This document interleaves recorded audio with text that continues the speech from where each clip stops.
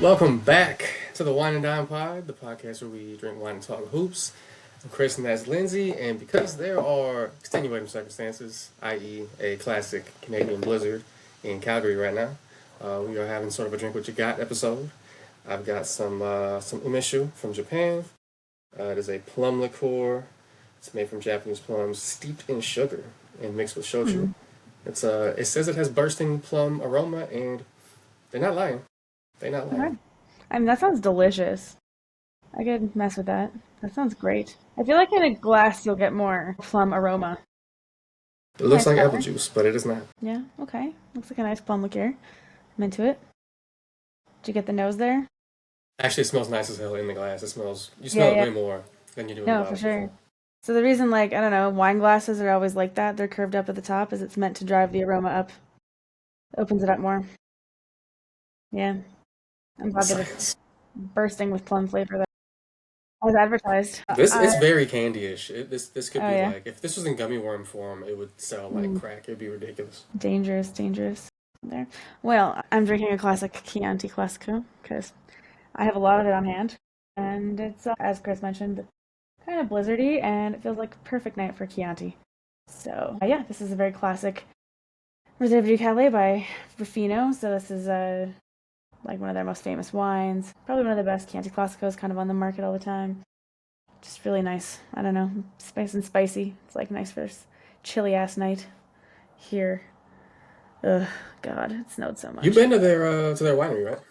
Yeah, I have multiple times actually. The first time we just went to the one estate, but yeah, the second time I got to go to the actual estate where they make the Chianti, and it was really cool. Learned a lot about how they're managing climate change with the vineyard in terms of like certain grapes like Merlot are ripening a lot faster because of climate change and things like that, which is a problem. So that was really cool to learn about. Got to see like they were macerating the skins that day, so there was a lot of like red everywhere. It was kind of funny. But their entire like production's outside, which was super cool. Canada could never. No, no, no, no. No. Um, that would be, yeah. Not even nice Well, wine, man. Not even that. no, no, no. You need heat to ferment. And that's not a thing. But yeah, I don't, yeah, the Ruffino wineries are just like, it was a really cool opportunity to go. So I love getting to represent them. I got to pour them at multiple events recently. I'm doing another one coming up in a week, doing a Italian wine night with a friend of mine at his restaurant, so which is actually a record store slash wine bar. Oh shit. So yeah, it should be really fun. So he's doing some food pairings. So yeah, really excited. I really like this wine, and it's good because I have like 8 bottles on hand when it's a bring what you got wine. My question is he pairing the foods with the wines or with the records? Because Probably with the I wines think because the I would do focus. the latter. Well, so in this case, the focus is the wines, obviously, and the food. But I think something I'm trying to push with him is to do a music and wine pairing night. So like, sort of pick a record or something and pair some different wines with maybe like a different record or different parts of the record or something like that. So I would really like to do something like that. I love doing We kind of could. unusual. Yeah, I I'm trying mean, to think. There's some wines where I'm like, you hear like a really sad song, and I'm like, man, what is the most depressing wine I could think of? Not one that's bad, but one that it feels especially like forlorn. Like this is the kind of shit you drink when right. you're, you know what I mean? Like I'm trying to match some of the moods now in my head, and It's I'm like coming up something. short on a lot of them. But it's like it's not even something that's like makes you sad. You want that wine to make you happy, but it's something like, for instance, like I think of like dissonant music, like sort of like really dissonant classical music, like Prokofiev, for instance. And it's like there's just like crazy Russian like pianists and like they're just it's like it's kind of hard to listen to sometimes. And that's kind of almost like the type of wine you want for like that kind of like you want something that's just like a little bit difficult, like something really like Yeah, yeah, yeah. strong and panic.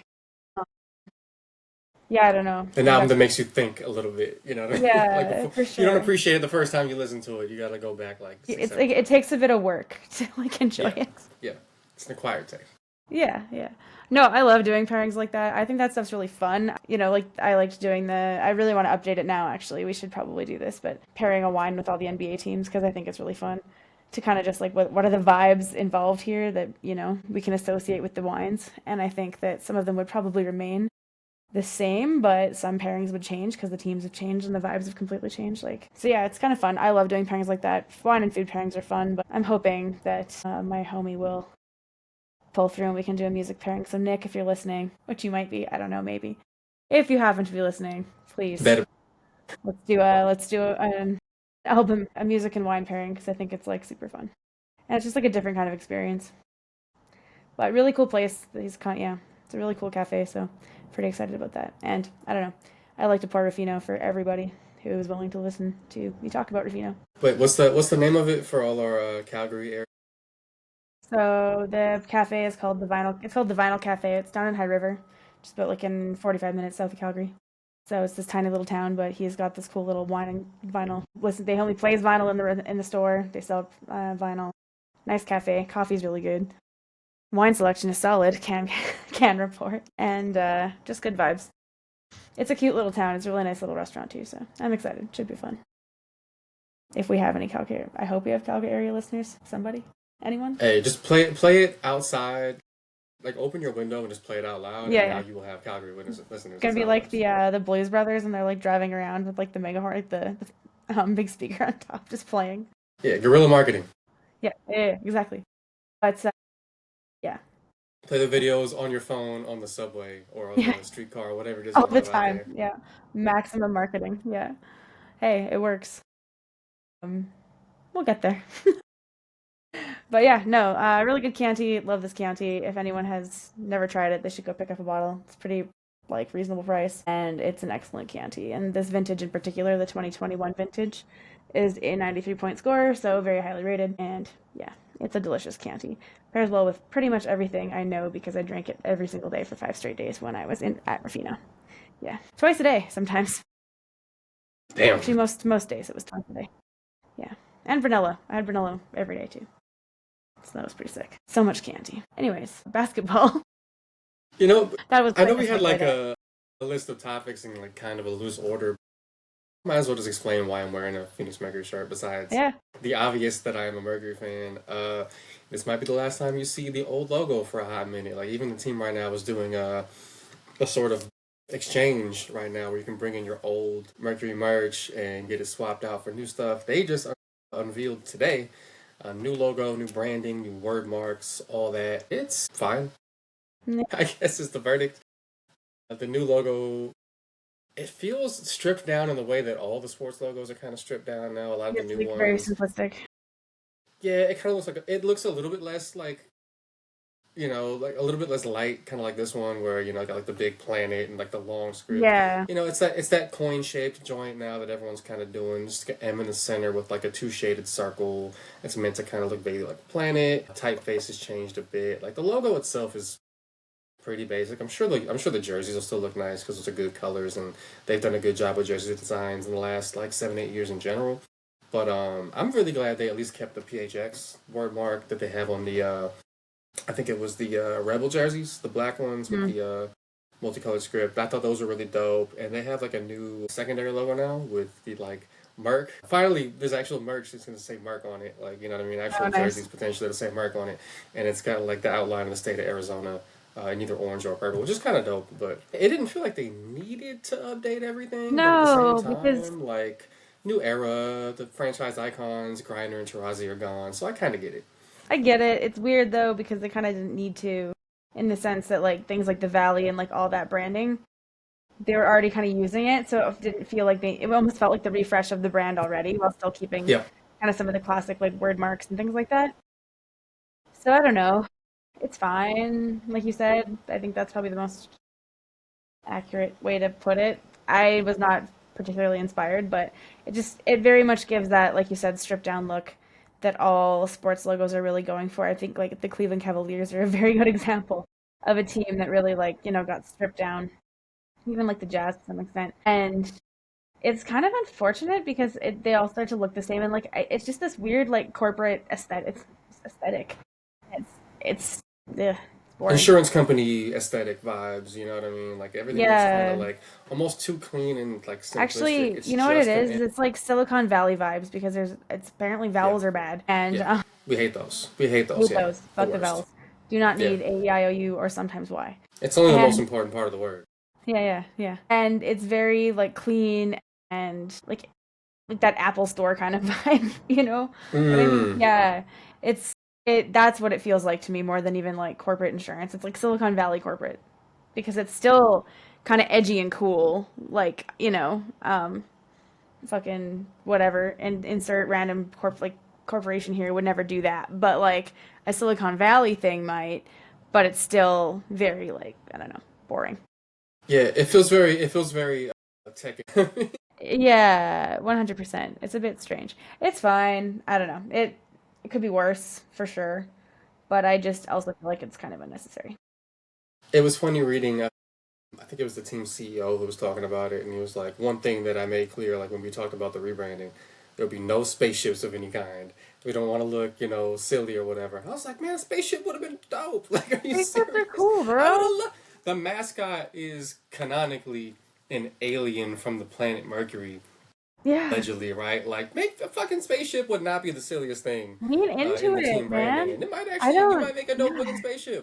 Well, and what's wrong with it? Like, at the end of the day, you're still trying to grow new fans. And like I understand like the Raptors got made fun of because they were like a classic team named after a TV like a movie, like Jurassic Park was popular at the time. And that's really why it won. But I mean if anything, like, I don't know, kids liked that fucking dinosaur. Grown folks love the dinosaur. And I Like, love the dinosaur, but like, got clowned a bit at the beginning, but now look how much it's come back, right? It's an iconic symbol. Just like, make a rocket ship. Like that planet is so like iconic. It's the Mercury. Like it identifies what a Mercury is, because what the fuck is a Mercury otherwise, right? Like right, have Scorch yeah, doing a fucking between the legs dribble or something like that. I mean, people freaked out like when the Raptors unveiled the dinosaur doing like the Vince Carter between the legs dunks like yeah. on the court in the center Yeah. court. People were It's like, a "That's like the sick greatest court I've ever seen." It was because it's dope. a sick court. Yeah, they're still Yeah, using it this year. Well, and now I wish. the city jerseys have them dunking, have the Raptor dunking, but he's wearing the red chevron jersey with a 19 from the championship year on the city jersey this year. Yeah, I wish some of these sports teams would lean into like the fun a little bit. Honestly, a lot of them, and like you look at, I wish the Knicks sometimes would do more with like the dribbling Knickerbocker dude, or like the Yeah, Sixers when they brought back the Benjamin Franklin logo. That shit was dope. yeah. That's super cool. I I do know. like what they did with that Liberty Bell logo though. Actually, I thought that was pretty cool. Like that was a newer one that they brought out. I thought I that was like a really pretty liked nice that. touch. That was sick. Yep. Yeah. Well, it's just like leaning on because it fit. Like it could be that almost like stripped down style, but it was still a really cool image because it was Yep. clearly like Philly.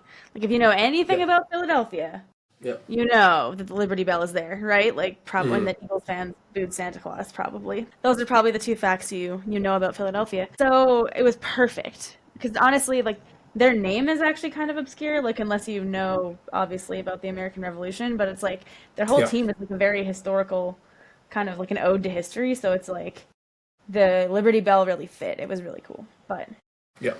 the Mercury, we'll see. I think some of those alternate logos, like the Merc over the Arizona, like the state of the Arizona silhouette, is cool. But I also think it's something that like I could make in Canva in 5 minutes. Yeah, it's the silhouette of Arizona stitching on the bottom. Yeah. Arizona isn't our most basketball like state in Well, terms of that's shape.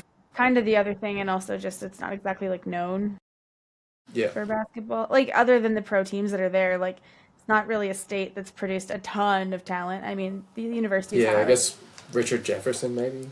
Well, I I guess guess James that's Harden went to Arizona technically, but like from Arizona, like He's from South yeah, SoCal. but Like like yeah, yeah. born in Arizona, there's not really a lot. So Not a ton. Not a ton. kind of a stretch, but hey, respect. It's not bad. There's so much worse out there, but I feel kind of meh about it. I would love to see a Liberty alternate with Ellie, like a cartoon version of Ellie. Yeah, that would be That fun. shit would do numbers. I okay. Hire me. I have a marketing degree. I Hire me. literally just had like okay, I literally just had an epiphany. Hear me out on this. So you know how everyone bitches about Camp Day, which is stupid. Camp Day is the best in It's the the best. WNBA. Yeah, the best. The first game that my partner and I ever went to was in Chicago, and it actually was a camp day, and it was amazing because we were honestly kind of lit by 1 p.m. And there Mm. was one bartender. I don't remember her name, but shout out to her. That girl free poured. It was a gin and tonic. It was mostly just gin with a tonic rim, and we Yeah. were lit by like noon. And these kids were just going ham. They were having so much fun, and it was the most entertaining thing. The game was actually quite good too. It was against the Storms. Got to Mhm. see Bird and whatever, but it was just like a really good game. The kids were going crazy. The atmosphere was awesome. We met some really good friends actually that we've stayed friends with since then. But like it was just a great atmosphere. So camp day is the best. Now, that's what makes the WNBA unique. But we talk about these like alternate logos because all these teams kind of have something kind of silly associated with them, I think, somewhere in their past. And Mhm. I feel like it should be like, you know how the minor league baseball rebrands for like one night. I Right, feel like right, WNBA teams should rebrand on camp day and almost have like, I don't know, like a cartoon, like Ellie is like, an right. alternate like logo that's cartoon Ellie, and like the Mercury have Scorch. Like, I don't know, lean into the mascots, lean into the weirdness. Like Freddy Fever. I want a Freddy Fever jersey. I want to see that. I don't know, like there's got to be something there. I feel like minor league rebranding should happen on camp days. I feel like it'd be really fun. Like lean into camp day, just lean into what it is. Camp Kind days of, are wild because like the yeah, audience sounds you hear on camp day sometimes hit like a pitch that you're like not used to in a sporting exactly. environment. You're just It's like, a oh little my much. god. But Yeah. I covered a Raptors 905 camp day game last season, and there was some confusion I think for one of the classes that I guess they didn't know which section they were supposed to be in. So I was in like the media area, and they posted up right behind me, like 20 kids God. just right behind me, and they were just asking me like the goofiest questions the entire like you always forget like it's like I live in an apartment like kind of in like an urban center. I don't really see kids that often, and so like the Yeah. bluntness that children have, like it like Yeah. just like takes me aback. You know what I mean? They would ask me So funny. questions and just be like, hey, what kind of laptop is that? Is that a MacBook?" And I'd be like, "Nah." They're like, "Damn." I'm like, "Come on, man! Like, why are you making me feel broke?" One of them Cooking you. asked me. One of them asked me what my name was. If my name was Andre, and I was like, "No." And they looked at me like I was disappointed. Like they're disappointed, and I'm like, "Look, I wish I had a cooler name too, but like we Here we are. play the cards that were dealt. Literally. Sometimes this is just the way the cookie crumbles, there, kid. It's true. It's true. That's so funny. Yeah, kids are hilarious. But yeah, I think that Yep. Camp Day should have like its own sort of like special branding for that just those days. I feel like it'd be Yep. so much fun. You could also turn it into like in a more serious light, turn it into like a charitable sort of thing where like merch sold from that goes towards like sponsoring more, kids from camps to come to games, like shit like that. Mhm.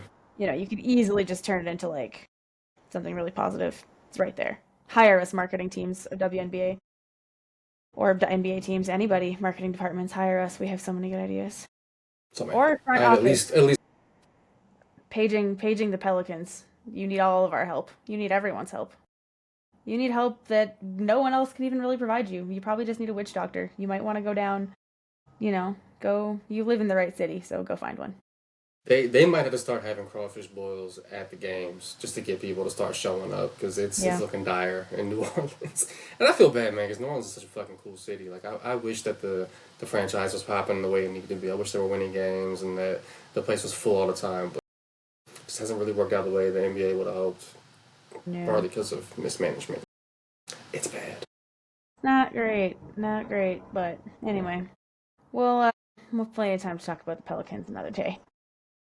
I guess quickly we should probably stay though in the WNBA really quick because the draft lottery just took place. So Yep.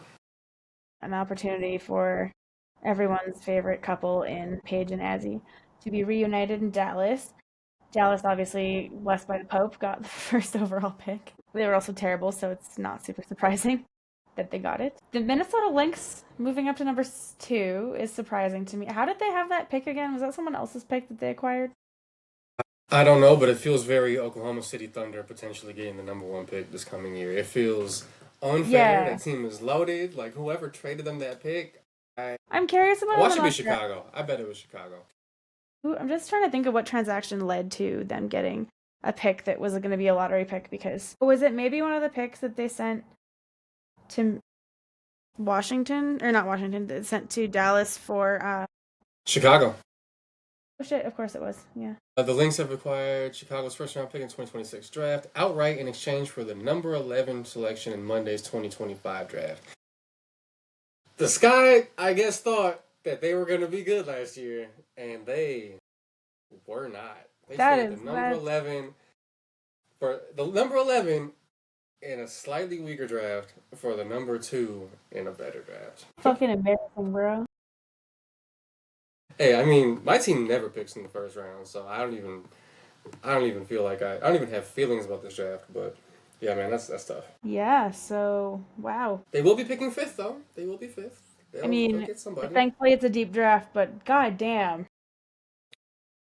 Like, They could get FUD if the Wings don't decide well, because when you to compound bring a that, couple together. when you compound that with the fact that this guy also decided to trade away that pick that became Sanaya Citron to get Ariel Atkins, Yeah. who didn't really do anything.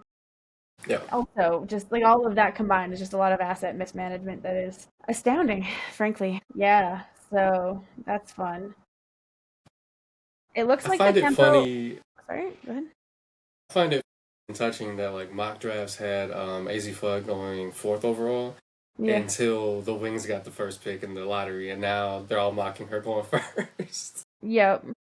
because they just assume the Wings are going to do their franchise player a solid and bring her girl into town. You know, you don't want her doing Yep. no long distance relationship, man. Go fuck up her No, sleep. exactly. Less money spent on private jets, better. The better. Exactly.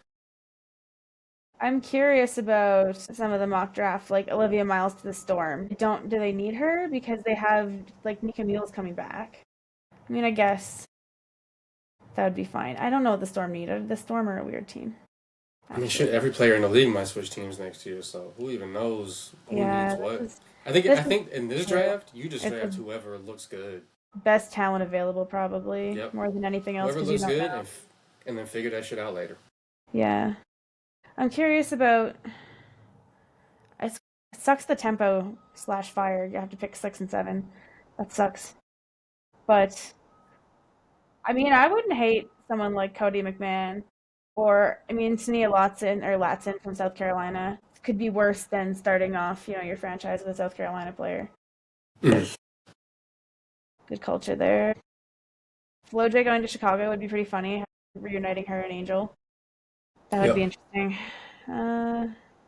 I mean, Cody McMahon, if she went to the tempo, would also be fine. I mean, honestly, so many of these players in the first round are good. I mean, the tempo in the fire situation is going to be interesting because the tempo have a two-time championship winning coach and a Yeah. completely clean cap sheet. They could sign, depending on what the cap structure is in the next CBA, they could go get 3 All Stars day one. So But the who question even is knows what how. they need in the draft? Yeah, and it's weird because it's like I don't know what they want to do. Like, do they want to go kind of the like we're going to be competitive, but like we need to have some young players in the pipeline, Right. kind of, like, or they just go exactly like that, just straight up get 3 All-Stars, build this team in free agency, and go for it because Right. fuck Do they it. want to be? We're the Vegas Knights. We have a new team in the city. We're trying Yeah. to make the finals right now. Like, are they? Or is that what they're trying to do? They brought in a coach who's been there a couple times. I imagine But I they're going to be also pretty ambitious. but the vibes I've been getting from that new coach and just Tannenbaum, the owner's history. Obviously, he wants to win. He was the guy in charge of the Raptors when they won, but he also was in charge of the Raptors really when their development program is what got them to that championship to some extent. So I don't really know. The vibes I'm getting are that they want to build something that's kind of more solid than just maybe. So if they go for those 3 All-Stars or whatever, I think they go for younger players. They're not Mhm. going to be going necessarily for your older veterans like Stewie or somebody like that. I think maybe, yeah, I think they'll be going for those Probably younger. late 20s All Stars, maybe. I don't think they're trying to sign anyone who's 32 plus. I would be No, very and I think surprised the vibe I if was they made getting a from run at anyone Sandy like that. is she wants to build something up that's kind of like a lasting and like, there's going to be a lot of challenges to being in a new city and just like being the first team that's there. And there's a lot that hangs over that. So you want players who maybe are veterans in the league, but are also like wanting to sort of step out and make a name for themselves, maybe in ways that they aren't in their current market or whatever. I think as like an example, like they would chase Satu, but they would not chase Alyssa Thomas. Exactly. Even though Yeah. Alyssa Thomas, I think, is a better player, they would Yes. not go for a 34, 35-year-old. They would like, okay, Satu 26, 27, All-Star. That's the kind of player the Toronto Tempo will probably be chasing and should be chasing, honestly. Yeah. I agree for sure. They're not going to go for a player like Chelsea Gray. I mean, she's insecure, I think. Unless they already signed 2 other stars. If Chelsea Gray is the cherry on top, they'll be like, hey, come around. 100%. Yeah. Or, yeah, exactly. I think they could target like younger. I'm just trying to think of like who else would be players like Leonie Fibich in New York. Like, I Mm-hmm. could see Brondello going for a player like her who Yeah. She already has a relationship with, obviously, from coaching her, and Phoenix thrived under her. And Phoenix, I think, has like, or Marie Johannes, like those kinds of players too that are not really all stars yet, but they have the potential to be in larger roles potentially. And at the They'll very kick the least, tires on Sabrina. They'll kick the tires on yeah. Sabrina. And at the She's very not least, one of the ones who came out and said she'll be back explicitly. oh, interesting. I remember Stewart did, and they asked Sabrina, and she was like I think she would like to be back, but I don't think she's willing to step out and guarantee. And I think Yeah. if you're the Toronto Tempo, you're not doing your due diligence if you don't ask. Well, especially because you know that Sabrina would love to play for Sandy again, because I think you can't even argue that the best years of her career have been under Sandy Brondello. So, Yep. yeah. I would love, like, a player like Gabby Williams. She's not necessarily the youngest, but she's definitely still very firmly in her prime. She'd be a fun player to have. Yeah, I just think, like, if we're gonna go for these all-stars, like, I don't care if they're more fringe all-stars, but just, like, a bit younger. I don't necessarily want Mhm. your, yeah. Or if you can get, yeah, obviously if you can get a superstar like Sabrina or somebody like that, then obviously you do it. But I think that's probably the players that the Tempo will chase. But who knows? I don't know. The Fire based on their, but it's hard to say. Like, you could base it on the coaching hire, and like obviously Sandy Brondello's a high level coach who wants to win, so you could say that they're going to chase free agents. But at the same time, I could also see them wanting bit more development. But the Fire, their coach is a college coach, so you're like, does he want more of a developmental kind of team? Like, our veterans going to buy in as much? I mean, the Pacific Northwest has advantages because from like a travel perspective, you're close to a lot of other places already, and Portland is a decently nice city. But yeah, I don't know. It's kind of interesting to see. The fifth and sixth picks are interesting because it is a very deep draft, so like any of those teams would be really good players, but they're not exactly like necessarily foundational. Maybe I don't know, quite in the I same way that like AZ or Olivia Miles or like yeah. I guarantee you they give a ring to Damian Lillard to pitch them on Portland. You know what I mean? Yeah. Whoever they're trying to get in free agency, they're gonna try to. Because Portland isn't really, if we're being honest, not a super destination city within, especially the black community. If we're I was being gonna say completely it's not honest. exactly friendly to black people. Yeah, especially when you're outside of Portland. Yeah, yeah. Once you Oregon leave is a Portland state. city limits, Oregon as a state, yeah. And so I think having Lillard there as a guy who loved it and wanted to come back, I think he'll be part of any free agency pitch to be like, hey, I love living here, come out, blah, blah, blah, blah, blah. For sure. I think Portland's probably, as a city at least, getting a bit more of a reputation. It's getting a better reputation, but yeah, Oregon as a state, absolutely not. Yeah, yeah. Oregon got some sundown towns. Like, I think people forget that blue states have those too. Yeah, well, and I mean, Oregon is like, they've, everybody forgets exactly how much straight up, like, yeah, just like, oh my gosh, like basically Stories segregation. and stories about the foundation of the state of Oregon, and you will Yeah, find yeah. some Sorry, very the words interesting are shit. words are difficult, which is ironic since we're doing a podcast. So that's a bit of a bummer. But there's a lot of like, yeah, like literal segregation and like, yeah, people like a lot of violent racism in Oregon's history. Yeah, yeah, It's a wild place. They're not just out there drinking expensive lattes and shit. Like they look got like. some militias and shit in the woods, man. Like there's some Yeah. folks out there. Well, forests do definitely attract weirdos. That's known. That's a well-known fact. Yeah. Anyways, other with the WNBA, so the lottery looks interesting. Somehow the Lynx, God damn it, Chicago Sky. The Lynx are gonna get a foundational player. Must be nice. Yeah, the Tempo. I'm excited to see where they're gonna go. Who knows? But the other thing is that we don't know if we'll even have a season because there still is no CBA. There has been recent Yeah. news that the most recent offer was that salaries could be up to like 1.5 or Well, 1.1 million. one.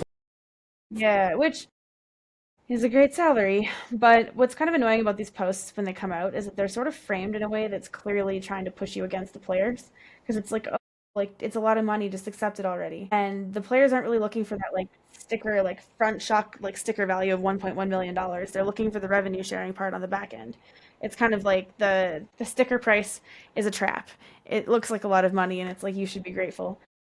But that's still like, a freaking like 0.7% or 7% of what an NBA player makes. So even the sticker value is Yo, like, even the like 1.1 is kind of misleading. So Front Office Sports yeah, reported that so it's the supermax contract, like the base would actually be more like 800 to 850,000, and then the maximum of 1.1 million is something that like comes with additional potential revenue sharing incentives, right?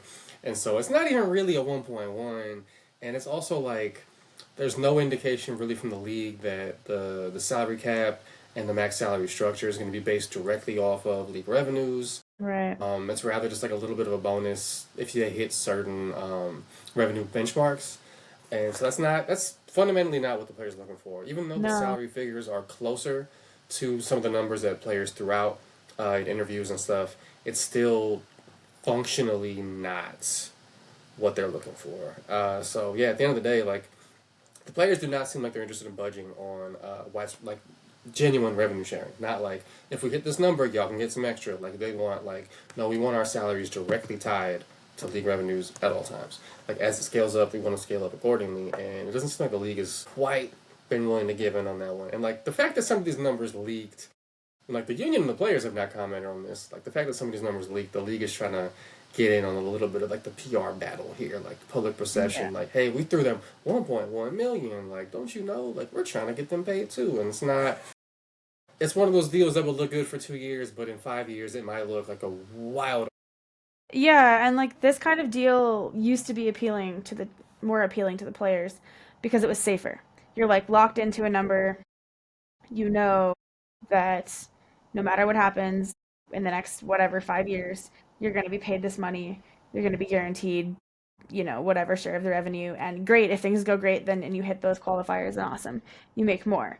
But the problem is that players now know, and just the state of like the women's sports in general, but the players also, I think, have a higher level of knowledge and just not even knowledge, but they're just demanding more of the league in terms of transparency and understanding where their money is actually going. And they're like, no, we want the risk because I think they can all see that the reward is so much higher than it ever used to be, right? Like the pie of overall sports revenue that women's sports took up back in the day was very small. So even if you did hit those triggers and you got the most, like, you weren't really guaranteed that much, right? But now they know there's a lot more money out there for women's sports. And so it's worth the risk because you're probably going to get paid off. It's almost a guarantee. And so these kinds of structures are just not appealing in the same way as they used to be. And the league is just trying to be like, no, no, it's still risky for you. You should really try and take this deal. And the players are like, Ain't no. enough. Yeah. So it's really interesting. It's a really fascinating kind of standoff, to be honest. And yeah, like I would like to know who on the ownership stakeholder side, because there's obviously like a lot of parties at play here, whether it's the NBA, the owners, or the $75 million private equity people who are involved now. I'm genuinely curious to know who are the ones who are stopping the WNBA from actually just giving into revenue sharing. Like who is doing that? I suspect it's the WNBA owners, particularly because a lot of them are broke AF. But at the same time, I don't really know. Just so we're clear, not like me level broke, but like professional sports franchise level broke. Yeah. Well, yeah. Yeah, yeah. They're broke. In the professional sports owning world, they're broke boys. It's For like sure. it's like being house poor. You know what I mean? Like if Yeah. you own a home, it's technically worth $1 million, but because you bought this home, you can't really buy a lot of other shit. Your money's tied up in the house. Yeah. Whereas all my friends who own horses, they're horse poor. Horses cost a I lot of cannot money. even. Oats probably cost hella money. Hay is very expensive because horses can only eat certain types of hay. It has to be very good quality because their systems aren't like cows where they can just eat whatever the fuck they want. Yeah. They eat so goddamn much too. It is Yeah. unbelievable. We used to get hay as at like a discount because someone farmed our land and made like produced hay, but we had to like for sure watch out for it because people would steal it. Um, we also now there's like basically a horse COVID going on, epidemic going on in the U.S. right now, so it's kind of scary. Entirely unrelated to what we're talking about, but here we are. I know I don't seem like the type, but every time I've like ridden a horse, I'm like, I get why people like country music. Like I understand. Mm. This And like is a good really country and cool like good feeling. country I'm not music. gonna Like lie. there's Yeah, not actually like so pop much. country or like rock country. I mean Yeah, like there's like actually some so much good real. country music out there that's like actual Yeah, really good songwriting, and you yeah, can yeah, see where other genres borrow from it. Like you're like, yeah, yes, yeah. okay, I get it. Like that makes sense. So yeah, no, I grew up with horses and I love them. Riding horses and drinking wine would be like the ideal job. It'd be pretty sick. I don't know what the job would be. Neither do I, but if I could get paid somehow, that would be great. Vagabond or whatever, Yeah, like yeah. traveling Roaming the hills. Traveling storyteller. Just roaming the hills drinking wine. Coming to a Cult vineyard near you. salesperson. Coming to a vineyard near you. I mean, there are some wineries that are like working ranches actually, which is kind of cool. But Horses would be great at stomping grapes. they would be, yeah, they would be useful for sure. I mean, might crush them too much. I don't know. But anyways, back to the CBA. Yeah, hopefully that gets resolved. But I'm kind of curious who are the people holding this shit up and whether or not they're going to make the January deadline. I think it is. I believe so, yeah. Because they bounced it back like 2 months from the October. Something like that, yeah. So we have a little bit of time, but it's still very Not much looking great. no. And then when's the expansion draft supposed to take place? That is a great question. Also, I don't even know how it's going to work because so Yeah, they many haven't players are announced free it. agents. How is the expansion draft even going to like function? Yeah. They haven't really There's addressed so many things. I think they have a date for the expansion draft. I think they don't have the rules yet. actual rules for it yet, which is it's going to be nobody fucking knows. It's going to be on April 13th, 2026, but nobody knows how it's going to work. Yeah, and it'll be interesting because there's two teams now, not just Golden State. Yeah, we don't know how many players are going to be protected, so on and so forth. They know how the order is going to be determined. Beyond that, The WNBA remains a mystery. As does Sure the does. new sports league that is starting, the new women's league starting for a lot of WNBA players. Project B, I guess it's still called that. yeah, they should really name it. It can't be that hard. It also, yeah, it would seem way less fucking suspicious if it had a name. Yeah, why does it sound like a fucking military operation? Like, you know what I mean? Why does it sound like they're developing the hydrogen bomb? Like, why just name it like the fucking Global Basketball League or something, and then be done. Yeah, Like, it's not that hard. it sounds like a James Bond villain led project. Actually, Yeah. more like a Dr. Evil led project. Yeah, when he made Preparation H. Yeah, this feels like a Dr. Evil led sort of thing. And honestly, I Yeah, mean, Elena Beard's interview did not give Dr. Evil vibes. She was recently on Sarah Spain's podcast, and her interview left a lot more questions than answers for what this league is really about. And yeah. there has been a lot of focus on all the Saudi money that's involved, and we're ignoring the fact that there's some Silicon Valley money involved. But it's kind of like a weird situation because it's hard to know how much any of them actually give a shit about this, other than it's just like a money-making opportunity. But they're getting some big-name players. I mean, obviously they're offering a shitload of money to those players. But it's fascinating because it's, as someone's pointed out, a lot of players who have struggled to make a marketable sort of impact on their WNBA teams, like in North America, or just with women's basketball fans. So it's interesting to some extent that these are players that are being centered in a league that now needs to win over a lot of those fans. It reminds me a little bit of so the whole thing of this league is like we're taking like the big tech model and applying it to basketball and like I don't I think for people who maybe haven't read much about big tech that might be something to be excited about but I hear that and I'm like oh that's concerning and also so Yeah, much of big red tech flags.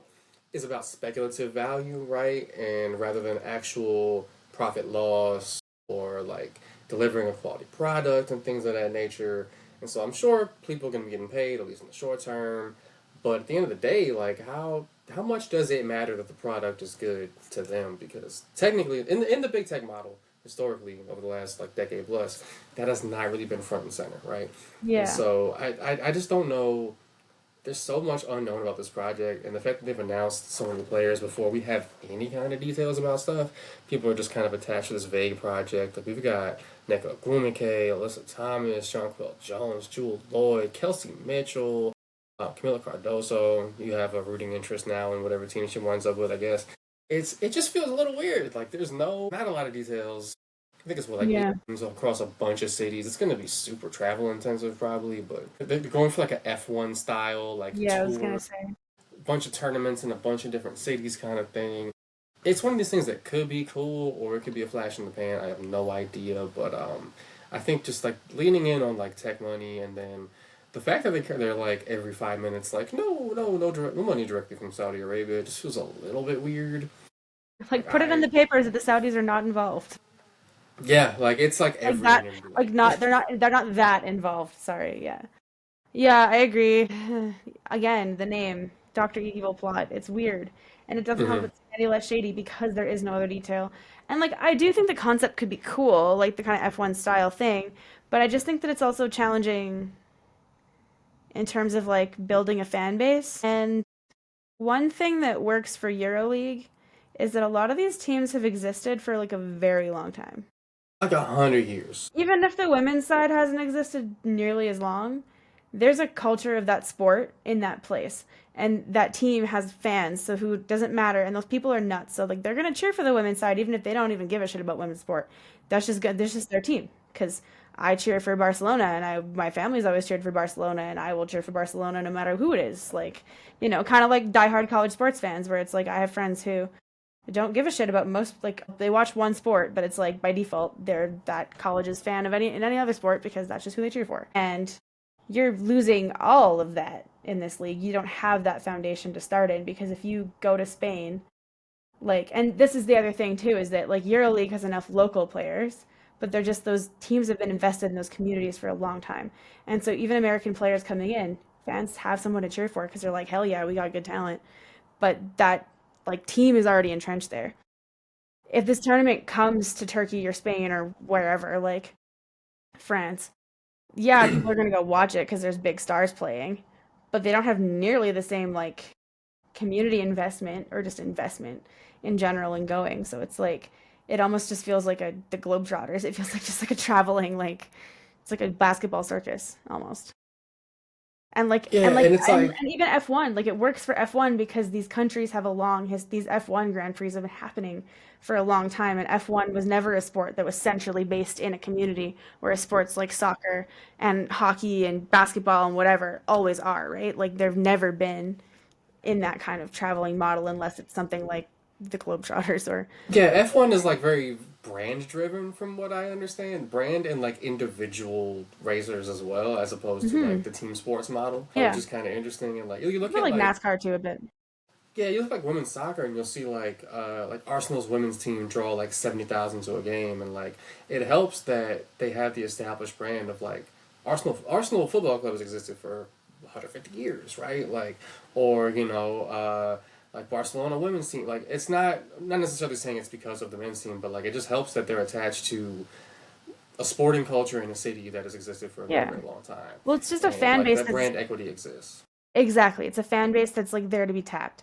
And like that was something that like Vegas has always had to fight off like allegations of in a way where it's like and I think why teams like the Golden Knights, especially being successful right away, but just in general, really resonated is that like unfortunately their beginning also coincided with a tragedy, but it allowed that team to actually bond with the residents of Vegas who like live there, not just the transient like Canadians who go to Vegas anyways. And so like great, now I get to go see my favorite hockey team, like or whoever. Like it's not just about that. It's actually like there are local fans that they were able to connect with, unfortunately, through a really horrific event.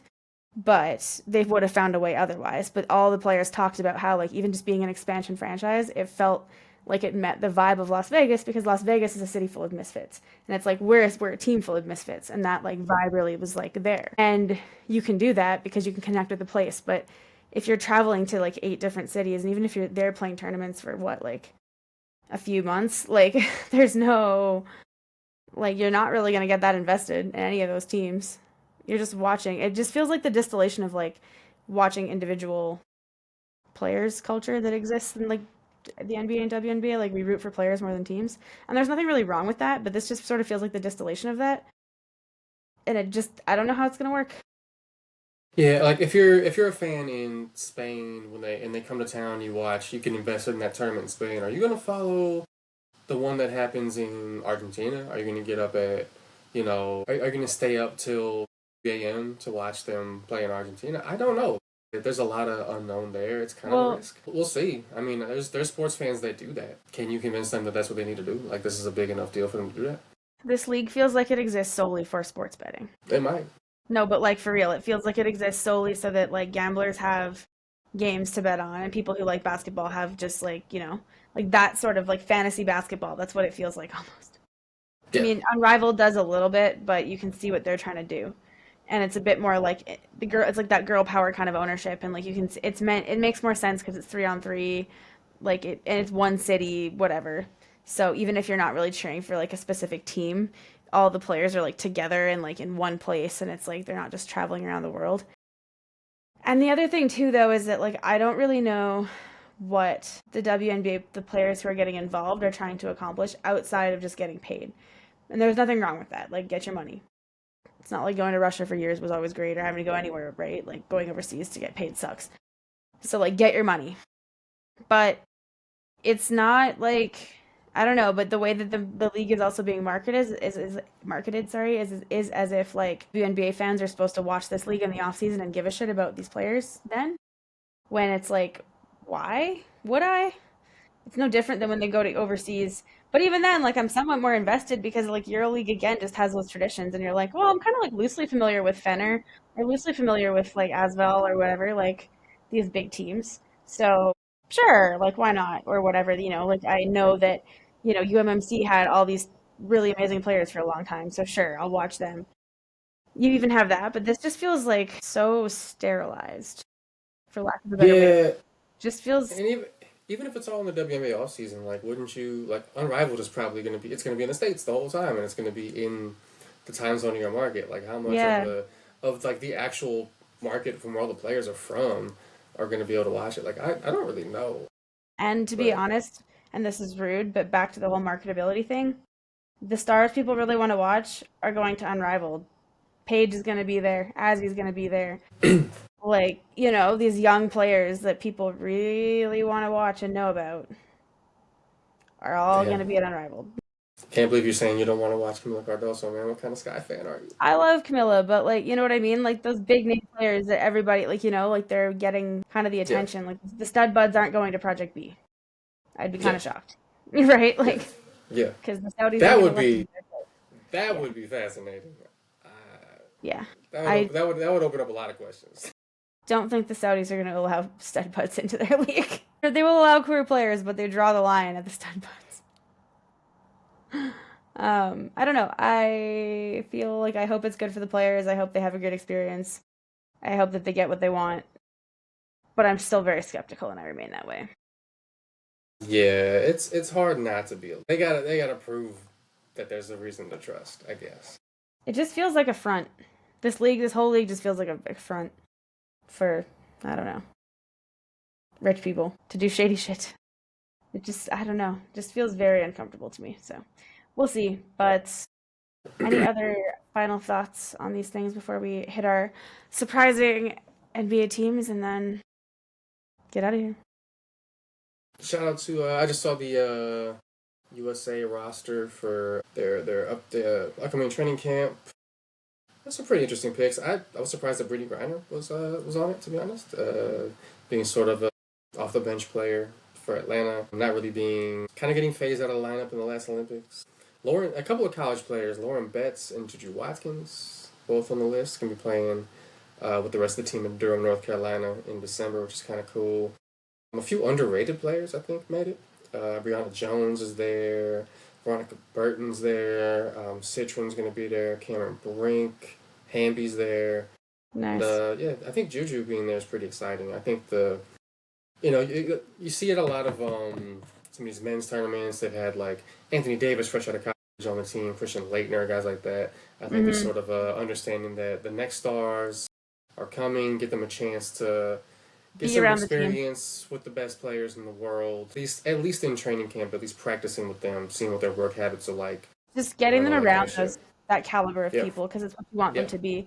Team Canada's been doing that too. Like Aaliyah Edwards was famously like she's been to like 3 Olympics basically because she yeah, was just on the bench as a college player. She didn't play for 2 of those years, but like yeah.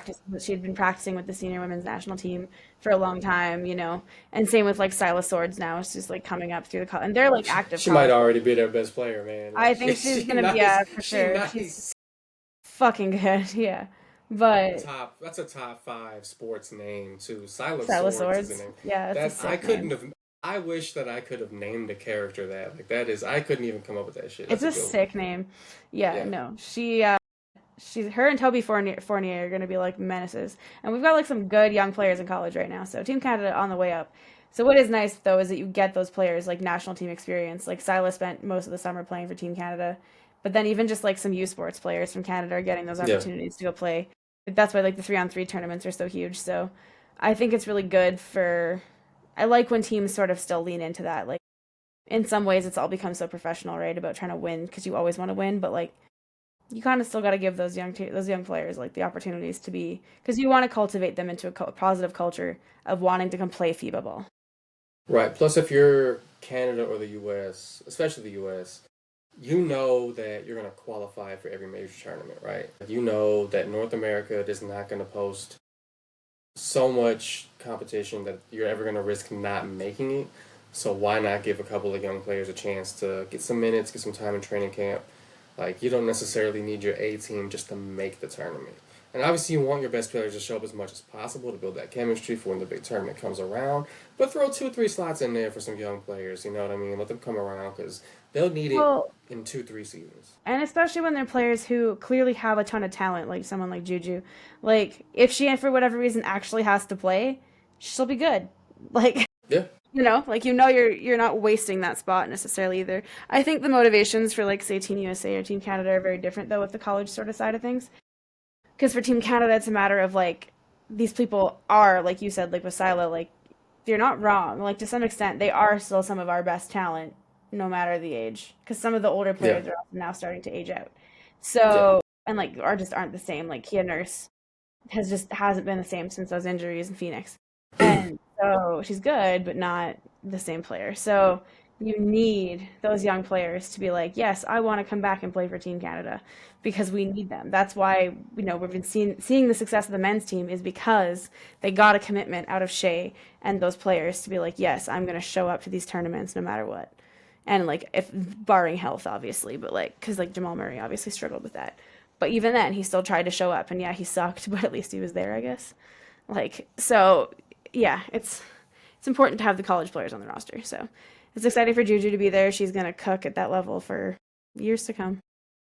Yeah, I look forward to seeing her put up like 32 points in Venezuela or something. Or I guess Costa Rica. I don't know, somewhere in Central America since they beat the North Gonna American destroy. Conference. Yeah, Yeah. I can't wait to see her Silosaurus back on sounds the like a court. character who slays vampires or something like that. I think it's a pretty dope name. She does slay people on the court. That's true. She's real good. Anyways, do you want to hit some quick surprising NBA teams and then power rank this wine and get out of here? Yeah. I guess speaking of Phoenix area basketball, since we've talked a bit of Mercury with the rebranding and shit, the Phoenix Suns don't suck. I thought they were looking at 30, 35 wins this season. You know, respectable, good defense, maybe fighting hard consistently, but ultimately just not having enough firepower to win games. But they're 11-6. They're the 6th seed. They are above the play-in right now. And they're playing some pretty decent ball. I mean, Grayson Allen is shooting the fucking lights out. Dylan Brooks is weirdly the second leading scorer. He's not shooting amazingly, but he's fit right in. The Booker as point guard experience has actually worked this time, as opposed to the Mm-hmm. last few times. They haven't even had Jalen Green's played 2 games, actually like 1 1/3 games, Yeah, and he's been pretty and good. he was supposed to be the number 2 guy, right? And the team's been fine. Mark Williams has been healthy so far. He's looked good. They've gotten contributions from Colin Gillespie, who's looked pretty nice. He had a game winner the other day. I mean, the Suns look decent, and I remember the owner got into a little Twitter spat with I think it was Bill Simmons about he said like they would have like the worst defense in the league or something, and Ishmael was like, no, get the fuck out of here. Like this team fights hard. I believe in them, and you know what? He might be right. They're 8-2 at home, and the defense does not look bad. Yeah, They're a pretty decent team.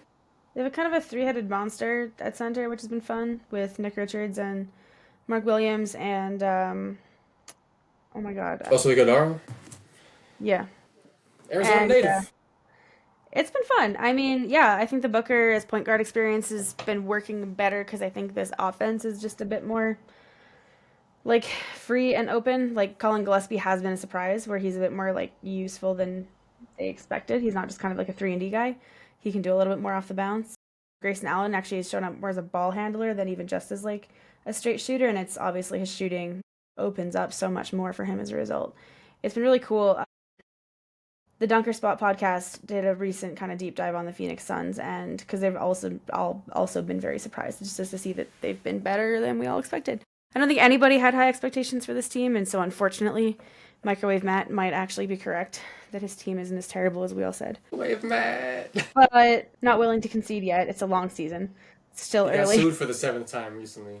Microwave Good for Matt him. is Lucky number 7. he's on a heater, but the team looks competent, which is nice. Yeah, I think that the coaching staff's done a really good job. I think that they're just executing simple things, making the right kind of plays. They're obviously playing in a system that players are buying into and that seems to be working for them. It's fun to see. I mean, like, I'm glad. Like, I don't hate the Phoenix Suns by any means, so it's not like I'd have a serious amount of schadenfreude by watching them suck. But I do think it's been kind of fun to see them actually be competent.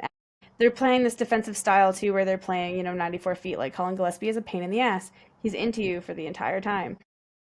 And I think, as much as we all love to clown Dillon Brooks, because he is definitely a dumbass a lot of the time, he also does provide like a base level of culture that, like, I don't know, it's good for the team. Like, the Grizzlies have not been the same since they got rid of him. Like, he is deeply annoying, but he is a good defensive. and he's a pretty good teammate. Like, from what I gather, Like 80th percentile win genuinely a really he's good. very good, and he just adds really annoying. Super fucking annoying. But when he's on your team, you love him. And from what I can gather, he's a good teammate. He's like a very good vet in the locker room. Like, there's no denying the impact that he had in Houston as well, right? And even Memphis, like, I think he wore out his welcome there, and I think the situation between just with him and Ja was just, it was too much together. But, like, I mean, he clearly does something for teams to just, it's almost like that. I can't even believe I'm saying this because Dillon Brooks is a better player. It's almost a little bit like that Pat Beverly kind of. I knew you were gonna say that, Bev. I knew you were gonna say that. A little bit, though. A little bit. I need to wash my mouth out. I kind of see it because Pat Bev was a useful defender, and like some of his teammates liked him. It seemed, but yeah, he was also pretty annoying. I see what it was. I see what it is. I see the vision. I hated that. That was awful. Don't want to ever say that again. But anyway. Yeah, hopefully Dillon Brooks doesn't wind up doing like Israel tourism PR work pro bono. Yeah. Yikes. But yeah, oops. Yeah, Dillon the villain. Bring that up. Do really enjoy him in general, and I think him in Phoenix has been fun. And I'm just happy for Suns fans, no matter what happens, though, that at least the team isn't going to be like moribund and depressing like the Pelicans. Yeah, I thought the Suns were going to have a real miserable season with their cap situation and not owning any picks until the fucking heat death of the universe. They're respectable, man. Like, I don't know if they'll keep up a 6-seed pace for the rest of the season, but the fact that they don't suck is, I mean, shit, if you're a Suns fan, you take that. The last few years have been sad. I guess the only thing with it is I just also don't really see where this team goes.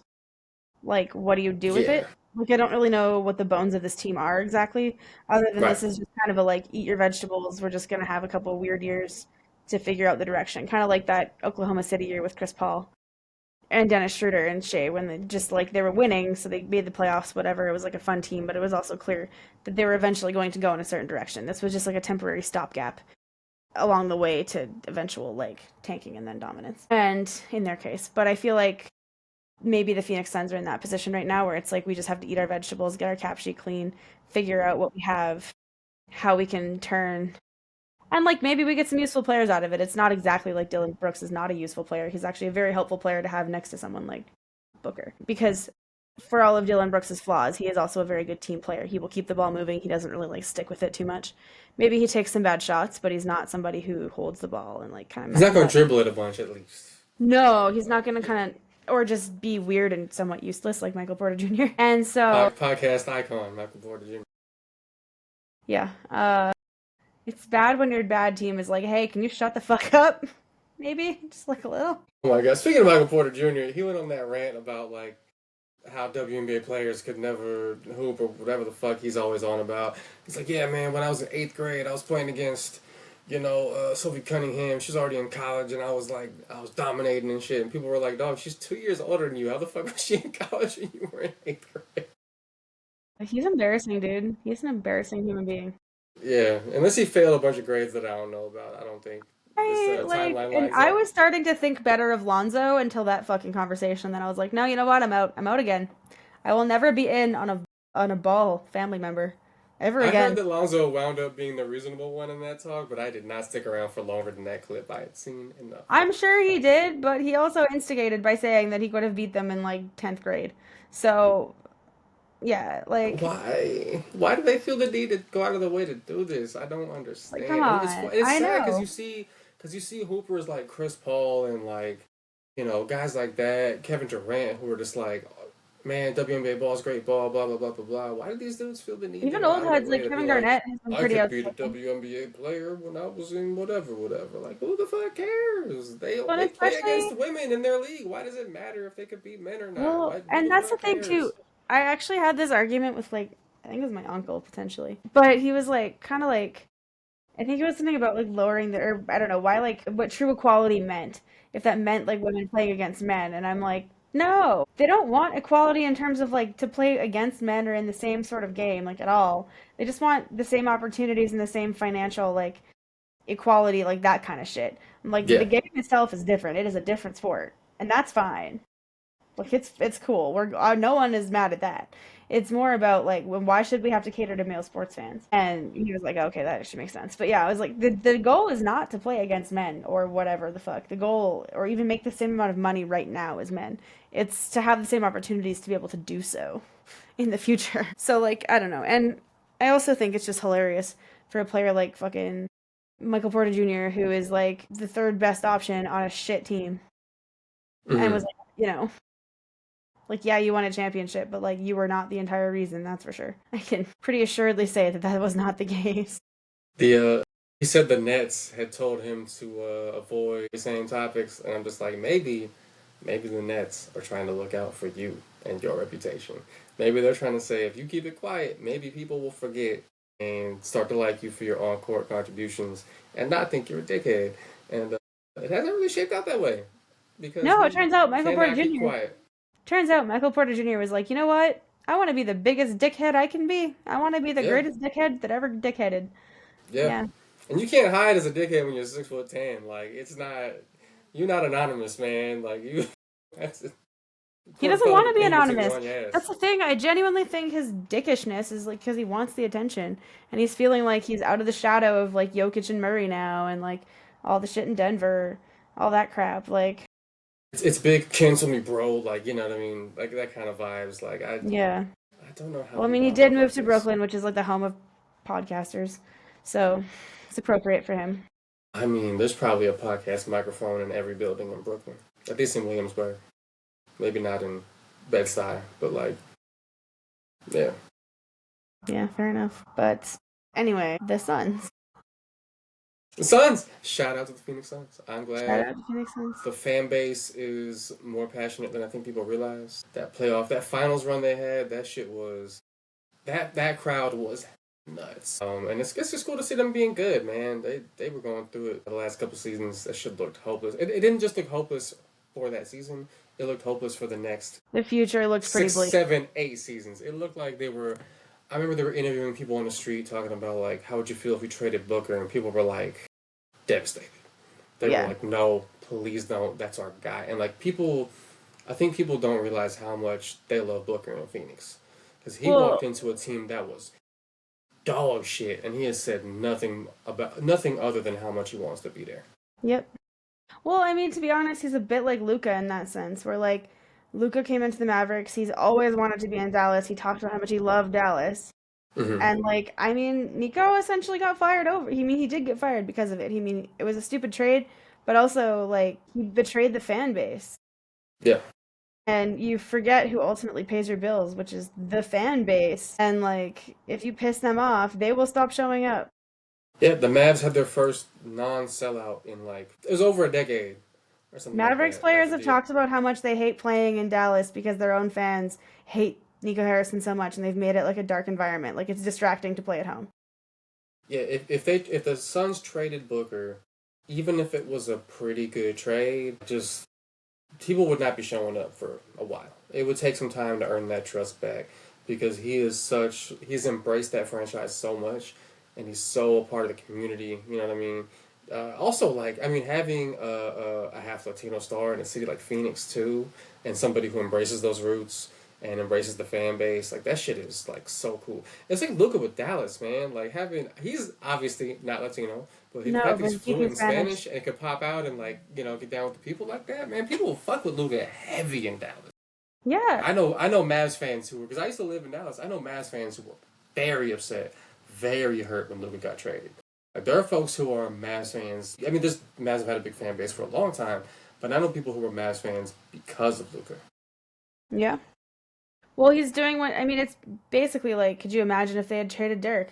It's the same shit. Like Man, generations of like the Mavs, man, right? Like you would never do that. So it's just wild that it happened. I can't even believe we're still talking about it. Like holy shit. But how do you not? Because it's just such a like, why did this happen? that's the kind of player where the only way the fan base is okay with you trading them is if they're a little past their on the downslope and they haven't gotten a ring and it's just like all right man The we're Damian gonna Lillard, let you if go you get will. one. Yes, the Lillard trade. Trying to think of another example. Patrick Ewing one doesn't really count. I can't think of a good one off the top of my head, but you know the kind of trade I'm talking about. Yeah. Like, hey, you're starting to decline a little bit. We want you to get that one ring. We're gonna let you free. We'll let you go to a contender. Like that kind of shit. Everyone always understands. Oh yeah, for sure. I don't know. It's still mind-boggling to be honest, but but yeah, I feel like the Suns are in a good position now. I still don't know what their future looks like because this team is weird, but at least they're like not in the same kind of a hole that they were before, and I feel like there's a much less bleak future ahead of them. Yeah, Yeah. I think people because everything is so like rings culture, blah blah blah. I think people forget the value of just being a team with a winning record. And I know that sounds crazy, but like not every fan base is the Knicks or the Lakers, where you could win 17 games and sell out every single fucking game. Like not every Well, fan base yeah. is that, right? And for some of these teams, there's a real value in even if you're 42 and 40, right? If you're a fan in that market, if you're a home team, if you have a winning record, right? That means that your team is winning a majority of their home games, almost certainly. That means if you're a fan in that city, if you go to a game to see your team, there is a majority chance they're going to win that night. And that genuinely matters. If you're not a team that has that ridiculous fan base size that you can always sell out no matter how dog shit you are, there's real value in having fans in the area know that if I go see my team play today, good chance they're going to win. Well, it's why teams like Indiana, as much as we clown them, the Pacers have never bottomed out fully, except for Yep. like 1 or 2 years where they were like, okay, fine. But it wasn't really because they wanted to, even this year, right? Like they're Yeah. just by not really by choice. It is what it is. But like Yeah. They didn't get rid of nobody really. Just they're not gonna turn and bottom out by lost. choice because they also Yeah. understand that like Pacers fans are fucking dedicated and they don't want to watch a dog shit team. They want to come to the arena every night and feel like they're getting their money's worth for seeing their team play. And I mean, like honestly, to segue into the next team, we are going to talk about some homerism in my case, but like with the Raptors, like they've been fun this year, and whether or not like even the 1-4 start, like those games were fun to watch. It sucked that we lost them, but those games were like fun to watch. You could see you're like something's here. Like these are not just losses. Like there's something here, and when this clicks, it's gonna be great. When quickly starts hitting a few shots, when Jakob Pertl comes back, like this is gonna be something. And now here they are, currently leading the Cavaliers, who have everybody back finally, and like they have an opportunity to win. I think their seventh straight game, which is their best start since in like 2 or 3 years. So like, and as a fan, that matters to me. Like, I don't get to go to games every night. I've only been to one NBA game in my whole life, but like, I don't want to sit down on a fucking dark ass evening in February and watch my team lose to the Hornets or some shit because they're tragic. Like, I don't want to watch that. And so it matters to me that like, I know this Raptors team is not gonna be like a true contender. Like, I feel like we have a good shot to make the playoffs, and I'm excited about that. But like, I have no illusions about the fact that they're really young. There's not like we're not a contender, but this team is clearly going somewhere now. It's kind of like the Suns, where it's like, oh, maybe we have an identity. This team, I think, is a firmer identity because these players are more locked in, and it's kind of the vision that they had now finally Mm-hmm. come to fruition. I think we're starting to see Darko's system is starting to pay off. Like these passes aren't just for nothing. Like you actually have players that want to play in this system. It just you need those players to be healthy and together. And then also getting a player like Brandon Ingram who can just kind of be a half court like crutch when you need Mm-hmm. one really helps. And he's been fabulous. And he's honestly bought into the division too. The ball sticks a little with him, but for the most part, he's making the next reads. He's like playing the game that he's supposed to be playing there, that like Darko's trying to reinforce with the rest of the players. He's getting his teammates involved, and he's being smart about like he's drawing double teams and he's passing out of them perfectly because he's starting to just draw that extra man and then make the right play. Like they're trusting him, and he's doing good things, and it's been really fun to see because definitely I think people forgot that he's good. Yeah, it's been a minute since they had that guy who could get his own shit in the mid range too. Like, RJ's been a guy who scores. Scotty's more of like they're both kind of like downhill kind of guys. They're not necessarily dudes with a lot of like wiggle, and I think end of the shot clock can use somebody who can like sort of skillfully get that contested look, knock down a contested look Something as a jump shooter, and like I think he really gives them an element that I know people are concerned about the spacing and shit, but he gives them an element that they actually genuinely needed. But the spacings worked because the other thing that's been really helpful is having a player like Jamal Shed who's been able Yep. to come in and put Quickly off the ball a little bit more. And so then Quickly is opening up so much more space. But the thing that's been fun about all these wings is that Scotty is really best in the open court, like running in transition, because he's a really, Yep. really good passer. He has great court vision. RJ is great in the half court and just being that bully ball presence, like you said, getting to the rim, getting downhill, putting pressure on the rim. Unfortunately, he went down with a sprained knee last night, so that's not great. Yeah. But then Brandon Ingram, yeah, he just gets you.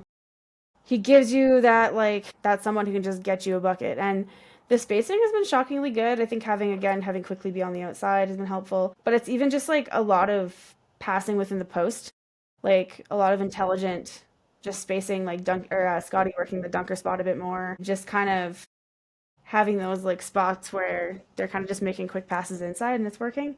And then the other thing too is then having reserve players like Mamu who can shoot from the outside, and that helps as well. Just adding another dimension, having like another big who can kind of just step out a bit. And even Murray Boyles, he's been pretty solid too. So yeah, like I don't know, they're working. I have no illusions that this team is going to be like a top tier contender by any means, but I definitely think that whatever's happening right now is real. It'll be curious to see how it all goes with some injuries. We have a couple now, so we'll see how we, ride that out. Injuries are always a question, but I Yes. I this is mean, this is Grady Dick, still, top 10 pick. He coming off the bench.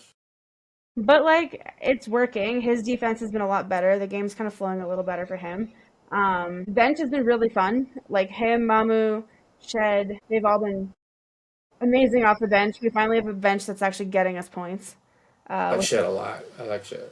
he's so good, and he really leveled up this year on offense, which is allowing him to stay on the court a little more because before he was kind of that Chris Dunn like defensive specialist, which is a problematic role. But he's hitting more shots this year.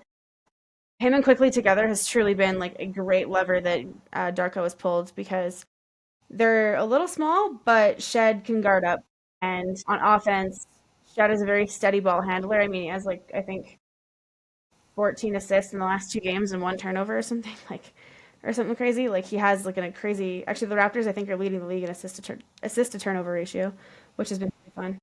But I don't know. It's just nice to have a team that's actually fun to watch every night again. Because I miss watching my team. Like I miss sitting down and just like watching them, and especially here because the games are like 5 p.m. for me. So it's like perfect, kind of just like while I'm making dinner, like you get to watch the game. And like I used to watch every Raptors game, but I don't know. The last couple of years were just so like such a drag because you could kind of just couldn't see the vision. You couldn't see like, are we tearing it down? Are we not? And so yeah, it's just really nice to have our team back. Shed likes being in Toronto too. He saw that. Yeah, He was talking about, he's making his teammates sing during Old Canada. He's talking about he want to get his citizenship. I don't know if he's being serious about his citizenship or not, but I'm curious now. Like, I would I'd be actually interested to love see it. him on Team Canada. I would love it if he did. He'd be so fun on Team Canada. We could use him. Fuck it. I mean, he'd be fun. Why not? Man, he get his citizenship before I do, man. Shit, like I don't even have my PR yet. He gonna already be a citizen. That's funny. I actually kind of like low key love that he actually reminds me so much of like Kyle Lowry and Fred VanVleet all in one.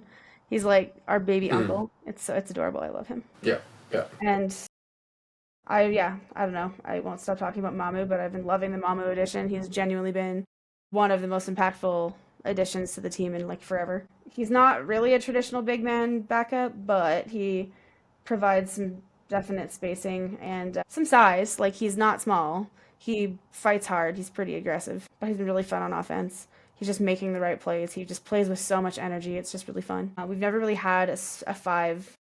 Well, I guess like outside of like Marc Gasol, really, we haven't had a five that could stretch the floor. So it's a very fun dynamic and very important when playing with like Scott, like the wings we have. Although Scotty's 3-point percentage has definitely been better this year. His shot's looking better. He's just taking better shots because he doesn't have to be the main guy. And yeah, I don't know. I am happy as a Raptors fan finally to have a team worth cheering for again. Yeah, there's an awesome Georgian restaurant in the east end of Toronto. I need to go back and see if I run into the dude because I need to interview him. Yeah, I need you to skulk that out. I actually Georgian food's so good. I got Georgian food when I It's was in Russia. so interesting. It's so good. It's like a Eastern Europe meets Western Asia meets Eastern Asia. Like it's like this interesting crossroads geographically. Like if you ever have Yeah, like xiaolongbao, like the soup dumplings and Chinese food, there's like a heartier, more like Eastern European version of it yeah. in Georgian food. It's so fucking I can't remember what I had, but it was this like cheese like pie thing, and it was so fucking good. Hachapuri probably with Probably. the molten cheese and like the egg in the middle, the Oh bread. no, no, Oh, no. This that was shit is amazing. this was more like a flat. I was in Russia. I don't know. I just ordered Yeah, food, yeah, yeah. but it's like that looks great. Yeah. Uh, but it was like this, like almost looked like a flatbread. It was almost like a stuffed bread, like flatbread stuffed with like it was Okay. so good. Yeah, we got these like mushrooms as well. It was amazing. Yeah. Shout out Georgian food. I think Mamu and um, um, Blake Murphy from Sportsnet just did some like something at a Georgian restaurant because Damn. there was some like feature on the Raptors show maybe, but I could be wrong. He was mentioning Georgian food, but you should definitely skulk it out and see if you can Beat me meet to the Mamu scoop. and Beat me just to the tell scoop. Mamu that I'm his biggest fan. I love him. I'm just now finding out he's Georgian American.